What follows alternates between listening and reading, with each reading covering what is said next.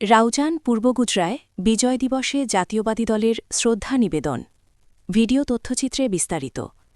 মহান বিজয় দিবস উপলক্ষে রাউজান পূর্ব গুজরা জাতীয়বাদী দলের উদ্যোগে যথাযোগ্য মর্যাদা ও ভাবগাম্ভীর্যের মধ্য দিয়ে শহীদ মুক্তিযোদ্ধাদের প্রতি শ্রদ্ধাঞ্জলি নিবেদন করা হয়েছে। মঙ্গলবার ১৬ই ডিসেম্বর সকালে জাতীয় স্মৃতিসৌধে পুষ্পস্তবক অর্পণের মাধ্যমে কর্মসূচির সূচনা করা হয়।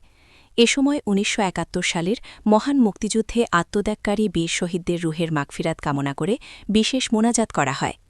এতে আরও উপস্থিত ছিলেন additional public prosecutor advocate Mohammad Tajul Islam, Mohammad Jane Alam, Mohammad Akter Hossain, Mohammad Saiful Alam, Mohammad Ibrahim মিয়া রাশেদ, মোহাম্মদ মোর্শেদ, মোহাম্মদ রাশেদ সহ অন্যান্য সকল সদস্যবৃন্দ। শ্রদ্ধাঞ্জলি অনুষ্ঠানে জাতীয়বাদী দলের স্থানীয় নেতৃবৃন্দ, অঙ্গ ও সহযোগী সংগঠনের নেতৃকর্মী সহ বিভিন্ন শ্রেণীপেশার মানুষ অংশগ্রহণ করেন। উপস্থিত বক্তারা মহান মুক্তিযুদ্ধের চেতনা ধারণ করে দেশ ও গণতন্ত্র রক্ষায় ঐক্যবদ্ধভাবে কাজ করার আহ্বান জানান। বক্তারা বলেন, স্বাধীনতার ৫৪ বছরে দাঁড়িয়ে শহীদদের আত্মত্যাগ আমাদের জন্য অনুপ্রেরণা। গণতন্ত্র, স্বাধীনতা ও সার্বভৌমত্ব রক্ষায় জাতীয়বাদী দলের ভূমিকা অতীতেও ছিল, ভবিষ্যতেও থাকবে। অনুষ্ঠানটি শান্তিপূর্ণ ও সুশৃঙ্খল পরিবেশে সম্পন্ন হয়।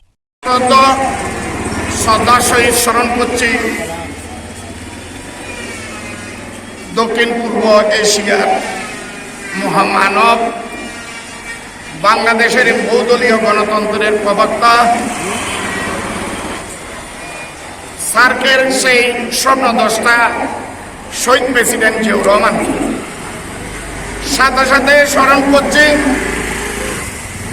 ১৯৭১ সালে এই মাতৃভূমি স্বাধীন করার জন্য যারা বুকের রক্ত, তাজা রক্ত ঢেলে দিয়ে আজকে বাংলাদেশকে স্বাধীন করেছেন সেই শহীদদের।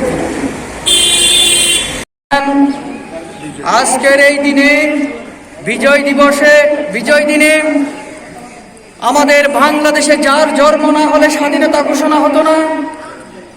এই দেশের গণতন্ত্রের রূপকার শহীদ প্রেসিডেন্ট জিয়াউর রহমান ১৯৭১ সালে সারা বাংলাদেশের মানুষকে একত্রিত করে লক্ষ লক্ষ মা বোনের ইজ্জত এবং লক্ষ লক্ষ শহীদের বিনিময় আজকের এই স্বাধীনতা অর্জন করেছিল।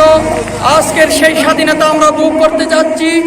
সর্বপ্রথমে আমি আমার মহান নেতা শহীদ প্রেসিডেন্ট জিয়াউর রহমানকে শ্রদ্ধার সাথে স্মরণ করি, সাথে সাথে স্মরণ করি গণতন্ত্রের মা বিএনপির চেয়ারপারসন সাবেক দেশনেত্রী বেগম খালেদা জিয়া, তার সুস্থতা কামনা করি। আজকে আমাদের হাইকমান্ডার থেকে নির্দেশ, কোনো মিছিল, কোনো শৃঙ্খলা, কোনো বড় ধরনের আয়োজন করা নিষেধ। তারপরেও আজকে আমরা বক্তব্য দেব না, সামান্য একটা কথা বলে আপনাদের কাছ থেকে বিদায় নেব। শুধু আপনাদের কাছ থেকে আমাদের দেশনেত্রী বেগম খালেদা জিয়ার জন্য দোয়া কামনা করি, তার সুস্থতা কামনা করি, তিনি যেন দীর্ঘদিন আমাদের মাঝে বেঁচে থাকেন।